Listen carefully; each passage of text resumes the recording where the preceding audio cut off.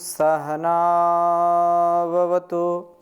सहनौ भुनक्तु सह वीर्यं करवावहै तेजस्विनावधीतमस्तु मा विद्विषावहै।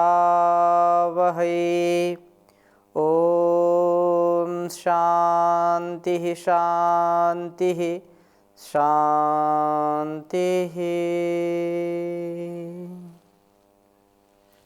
वैदिक जीवन पद्धति की इस कक्षा में आप सभी का हृदय से बहुत बहुत स्वागत है, अभिनंदन है।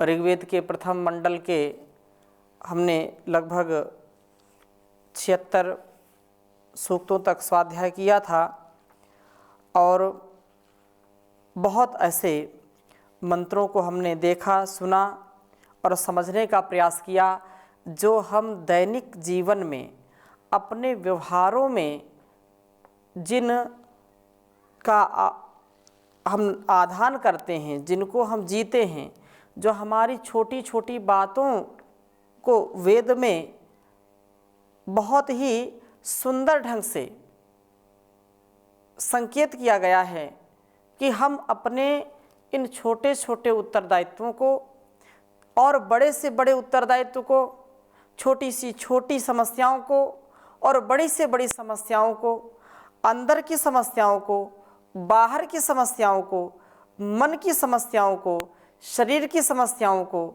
समाज की समस्याओं को कैसे हम दूर करें, उन समस्याओं में ही कैसे समाधान खोजें, इसका बहुत ही सुंदर उपदेश वेद में निहित है। मेरे पास किसी ने फ़ोन किया कि स्वामी जी हम वेद का स्वाध्याय कर रहे हैं वैदिक जीवन पद्धति में और बहुत ही अच्छा लग रहा है। वेद में हर प्रकार का ज्ञान है, बीज रूप में ज्ञान है, उसको हम और विस्तृत करें। उनका कथन था कि हमने पहले कभी इस विषय में सुना नहीं था, केवल वेदों का नाम जानते थे, लेकिन जब से वैदिक जीवन पद्धति में हम स्वाध्याय कर रहे हैं वेदों का, तब से वो लगातार इसका श्रवण करते हैं और मनन भी करते हैं। एक एक मंत्र को यदि हम किसी भी स्तर से आत्मसात करके उसमें जीना आरंभ कर देते हैं तो हमारा जीवन धन्य हो जाता है, परिवार हमारा सुखी समृद्ध यश गौरव को प्राप्त हो जाता है, व्यक्ति का व्यक्तित्व कृतित्व सुंदर सरल सहज हो जाता है। तो हम सबके लिए संसार में ऐसा कोई भी ग्रंथ नहीं है, ऐसा कोई भी व्यक्ति नहीं है जो वेद से अलग कोई चीज़ बताता हो या वेद से कोई अलग विद्या बताता हो। सब विद्याओं का मूल, सब ज्ञान का मूल वेद है। इसलिए कहा वेदो अखिलो धर्म मूलम।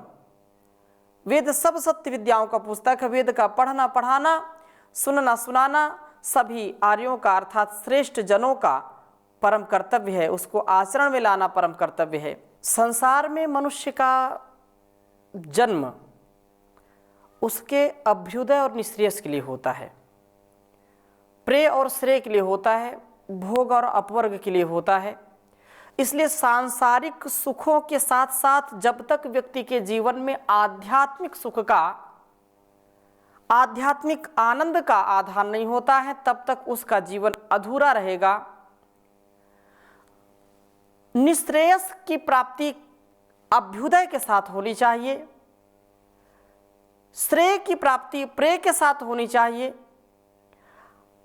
अपवर्ग की प्राप्ति भोग, अर्थात भोग क्या है, भुज पालन अभ्यवार्यो हो। उपभोग यदि हम संसार में नहीं करेंगे तो जीवन नहीं चल सकता है और उसके लिए हमको धन की आवश्यकता होती है। और वेद का ऐसा आदेश है, उपदेश है, संदेश है कि वयम श्याम पतयो रेणाम। हे परम पिता परमेश्वर, हम इस संसार में दीनहीन स्थिति में ना रहें, हम धन ऐश्वर्यों के स्वामी बने। धन ऐश्वर्य भोग के लिए नहीं, इंद्रियों के सुख के लिए नहीं, अपितु संसार की सेवा के लिए, अपितु लोगों के कल्याण के लिए अपने जीवन का ये जो धन है वो सबसे बड़ा धन ईश्वर का ज्ञान, ईश्वर की भक्ति, ईश्वर की अनुकंपा, ईश्वर की सन्निधि, माता पिता गुरु आचार्य और बड़ों का आशीर्वाद, यही सबसे बड़ा धन है। यदि हम ऐसा समझ पाएं तो बहुत सुंदर हमारा जीवन होगा। जगत में किसी भी प्रकार का जो कष्ट है वो आ भी गया तो शीघ्र ही नष्ट हो जाएगा। ऐसी पावनी परंपरा हमारी रही है। आज बहुत ही सुंदर मंत्र का वाचन हम यहाँ से करेंगे और समझने का प्रयास करेंगे। ऋग्वेद के प्रथम मंडल के 19वें सूक्त के 8वें मंत्र को मैं आपके समक्ष रख रहा हूँ और बहुत ही अच्छी बात कही है। 8वें मंत्र में, पहले 7वें मंत्र में कहा ज्ञान का धारण। जब ज्ञान का धारण होगा तो व्यक्ति का धन जो आएगा वो भी अच्छे कामों में लगेगा। तो 7वें मंत्र में थोड़ी सी बात कही, ओम अवानो अग्ना ऊत भीर्गायत्रस्य प्रभर्मणि विश्वासुधीषु वंद्या। विश्वासुधीषु वंद्या, ज्ञान पूर्वक किए जाने वाले सब कर्मों में वंदना की योग्य हे अग्नि प्रभो, आप गायत्रस्य, गान करने वाले का त्राण रक्षण करने वाले, ज्ञान के प्रभर्मणि प्रकर्षण धारण करने के निमित्त न हमें ऊत भी अपने रक्षणों से अवरक्षित कीजिए, रक्षित कीजिए। आपकी रक्षा से ही हम ज्ञान प्राप्ति में निर्विघ्नता से आगे बढ़ सकेंगे।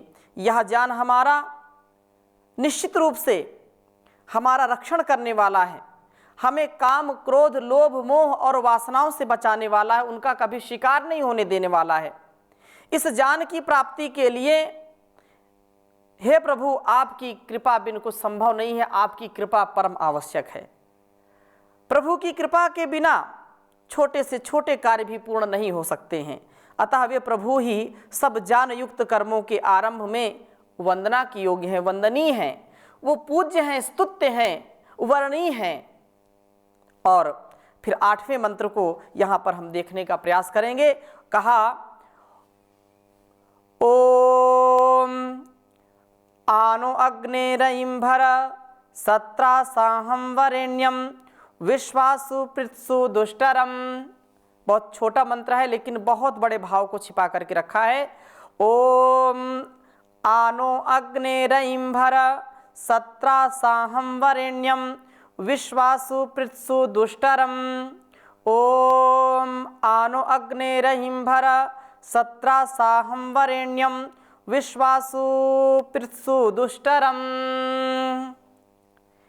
हे अग्नि, हमारी उन्नतियों के साधक प्रभो, नह हमारे लिए आप रईम, धन को आभर सर्वथा प्राप्त कराइए। उस धन को जो कि 17 साहम युगपत एक ही साथ हमारी जो दरिद्र जनित सब विपत्तियों को समाप्त करने वाला है, जिस धन से हमारे भूख प्यास आदि होने वाले सब कष्ट समाप्त हो जाते हैं, ऐसा धन जो धन हमारी सब भौतिक आवश्यकताओं को पूर्ण कर देता है, ऐसा धन, ऐसा साधन जिससे हमको चारों ओर से तृप्ति ही तृप्ति मिलती है, हम तृप्त हो जाते हैं, कोई कामना शेष नहीं रह जाती है। किसी भी कामना, किसी भी चाहना को हम जब तक संजो करके रखते हैं,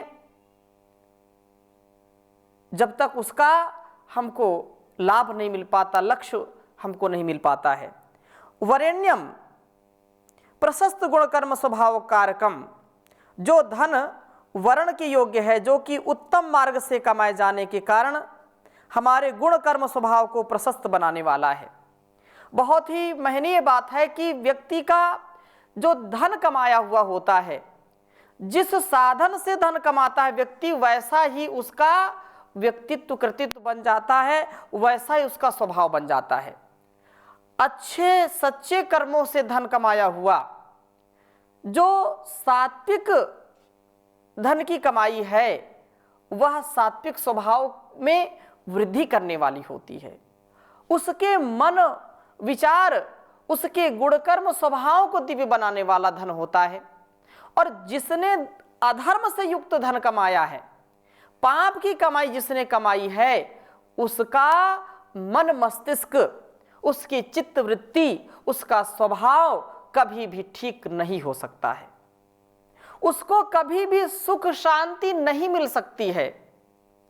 और जिसने जितनी ईमानदारी से, जितनी मेहनत से, पुरुषार्थ से अपने धन को कमाता है, उतना ही वह स्वतंत्र होता है, उतना ही आनंदित होता है, उतना ही उसका सुखमय जीवन होता है। इसलिए यदि हम सुख चाहते हैं तो ऐसे धन को कमाएं जिसमें किसी भी प्रकार से हिंसा ना हो।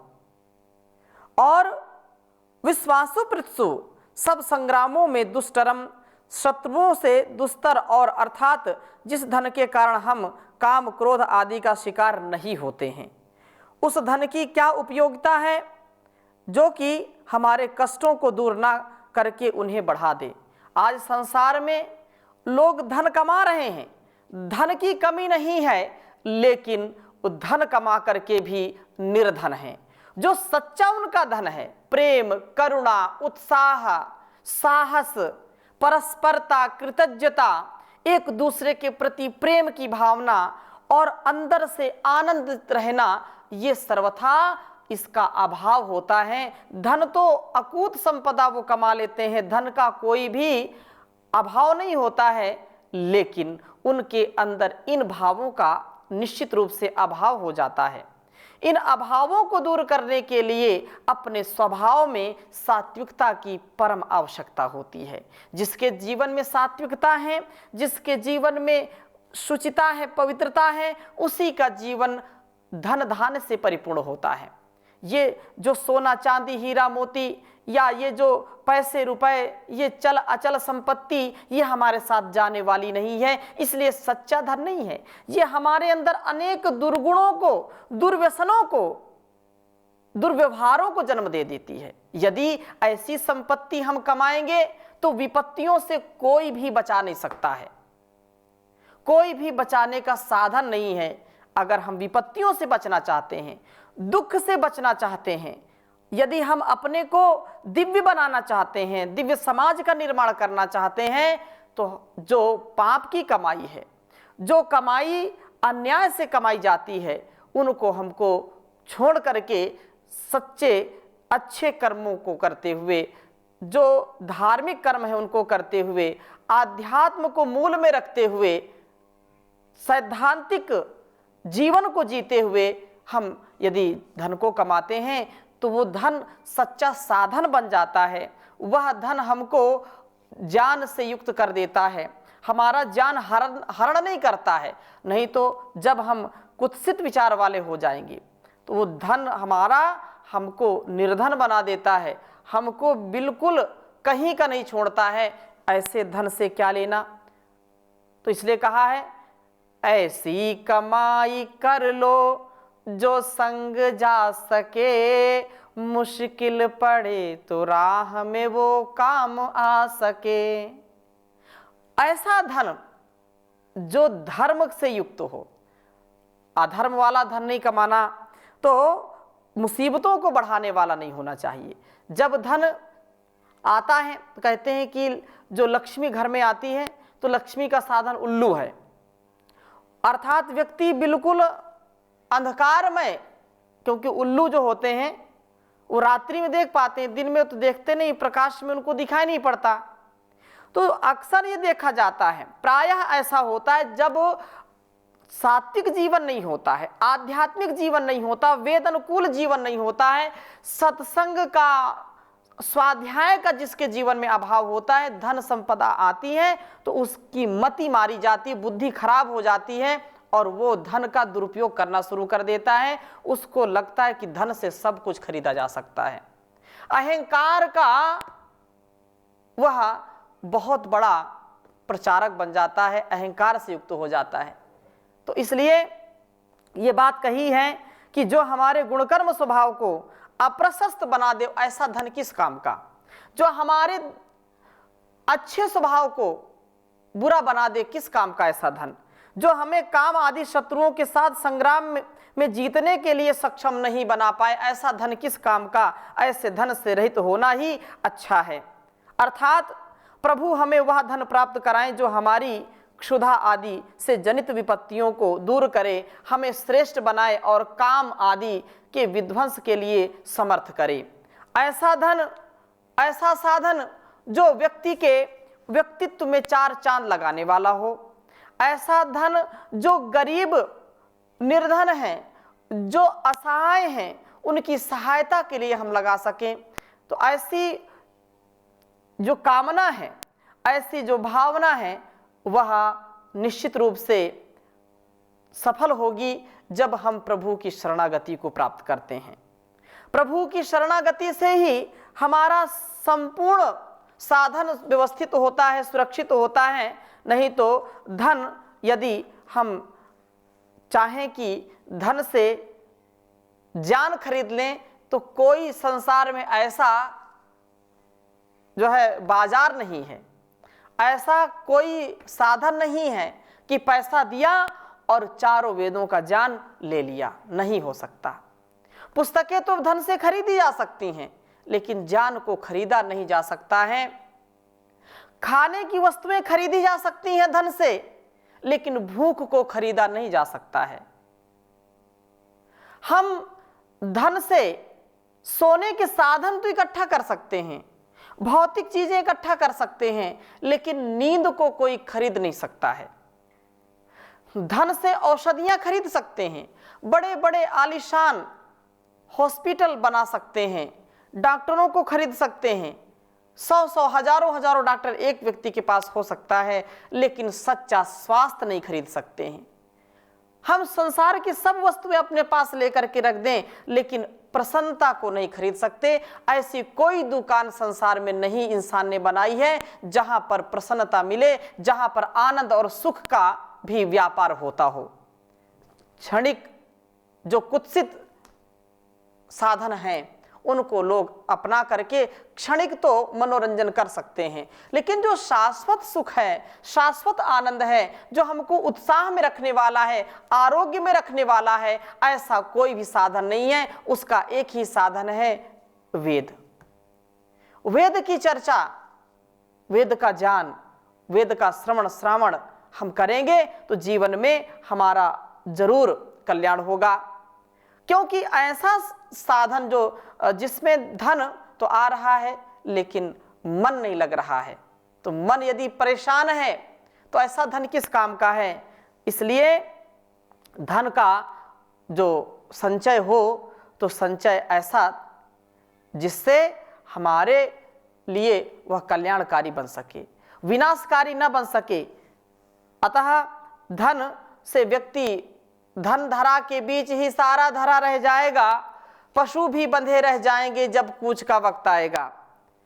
पत्नी भी तेरा साथ देगी गृहद्वार तक, मित्रगण मरघट के आगे मुंह नहीं दिखलाएंगे।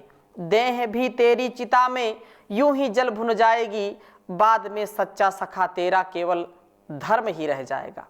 तो जो सच्चा धन है वो हमारा धर्म है, और धर्म से कभी हम विमुख ना हो, धर्म से कभी भी प्रतिकूल आचरण ना करें। उसका जो अनुकूल है, वेद के जो अनुकूल है, शास्त्रों के अनुकूल है, माता पिता गुरु आचार्यों के अनुकूल है, वंश कुल परंपरा के अनुकूल है, वही कर्मों को करते जाएं तो यह धन, यह संपदा हमको मिलेगी, और वह प्रभु की विशेष भक्ति से मिलती है। प्रभु की ऐसी शक्ति जो हमारे अंदर निहित है, हमको सदा प्रेरित करती है कि हम सदा इन काम वासनाओं को भस्मीभूत कर दें, इनको मसल दें और दिव्यता से परिपूर्ण जीवन को जीने का प्रयास करें। शरण अपनी में रख लीजिए, दया मैं दास हूँ तेरा, तुझे तज कर कहाँ जाऊं कि तू ही तो है मेरा। भटकता हूँ मैं मुद्दत से, नहीं विश्राम पाता हूँ। दया की दृष्टि से देखो, नहीं तो डूबता बेड़ा। शरण अपनी में रख लीजिए, दया मैं दास हूँ तेरा। सताया राग द्वेषों का, तपाया तीन तापों का। सताया राग द्वेषों का, तपाया तीन तापों का। दुखाया जन्म मृत्यु का, हुआ तंग हाल है मेरा।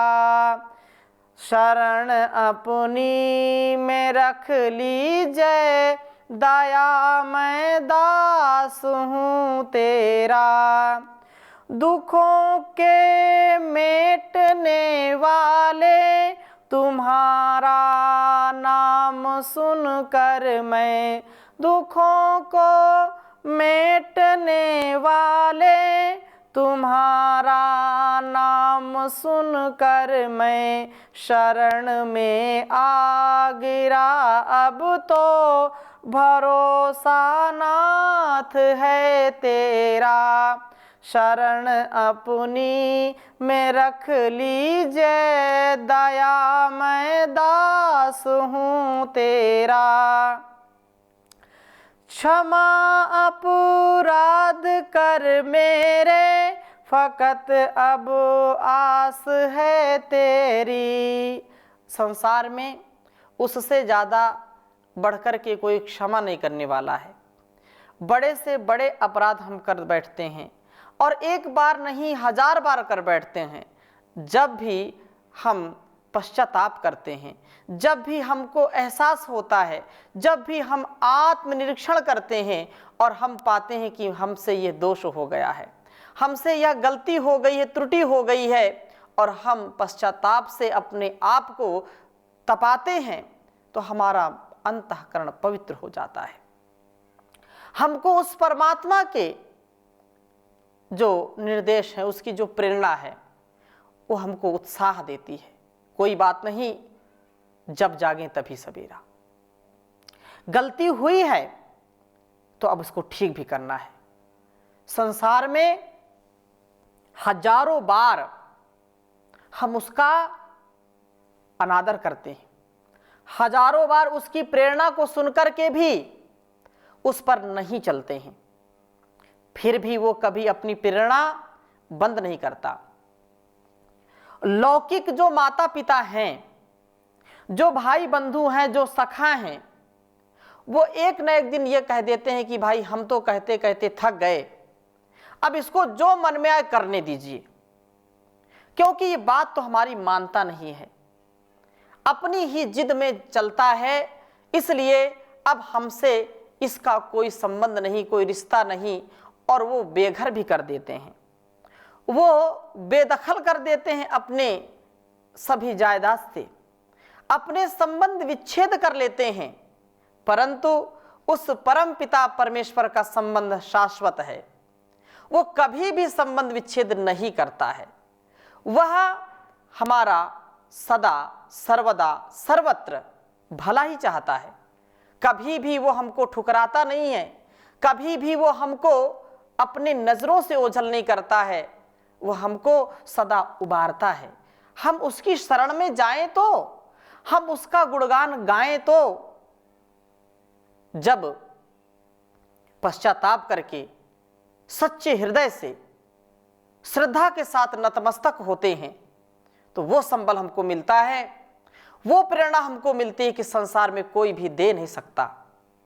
ऐसा साहस, ऐसी करुणा, ऐसा प्रेम, ऐसा उत्साह इस संसार में केवल एक ही दे सकता है, जो संसार का कर्ता है, जो संसार का भरण पोषण करने वाला है। इसलिए यहाँ पर बात कही है, क्षमा अपराध कर मेरे, फकत अब आस है तेरी। दया बलदेव पर करके, बना ले नाथ निज चेरा। शरण अपनी में रख लीजय, दया मैं दास हूँ तेरा। दया मैं दास हूँ तेरा, शरण में आ गिरा अब तो, भरोसा नाथ है तेरा। भरोसा नाथ है तेरा, भरोसा नाथ है तेरा। ओम शांति शांति शांति।